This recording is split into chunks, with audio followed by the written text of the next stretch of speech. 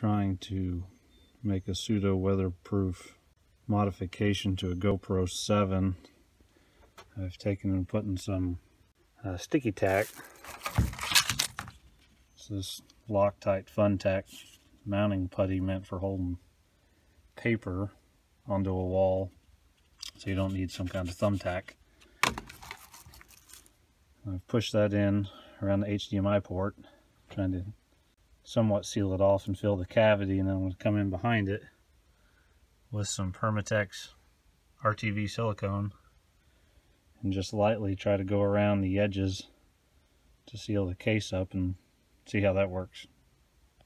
So I've been running the GoPro with my weatherproofing arrangement for about 7 days, and it seems to be working pretty well. You can see there's some of the sticky tack in here. I plan to just use a knife to kind of scrape that off and then come back and get all the bits of silicone off.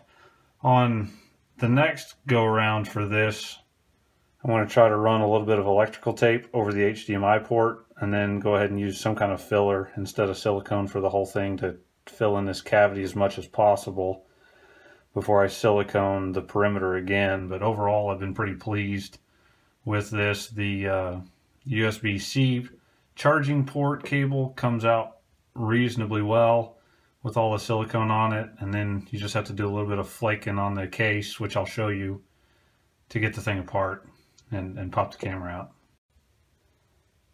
Here's an example of what the case looks like afterwards. I've done a little bit of picking at this and stopped so I could kind of document what it looks like on the inside. The sticky tack in there's junk. I just throw it away. It's cheap and it doesn't take much. And then just put some fresh in and go again.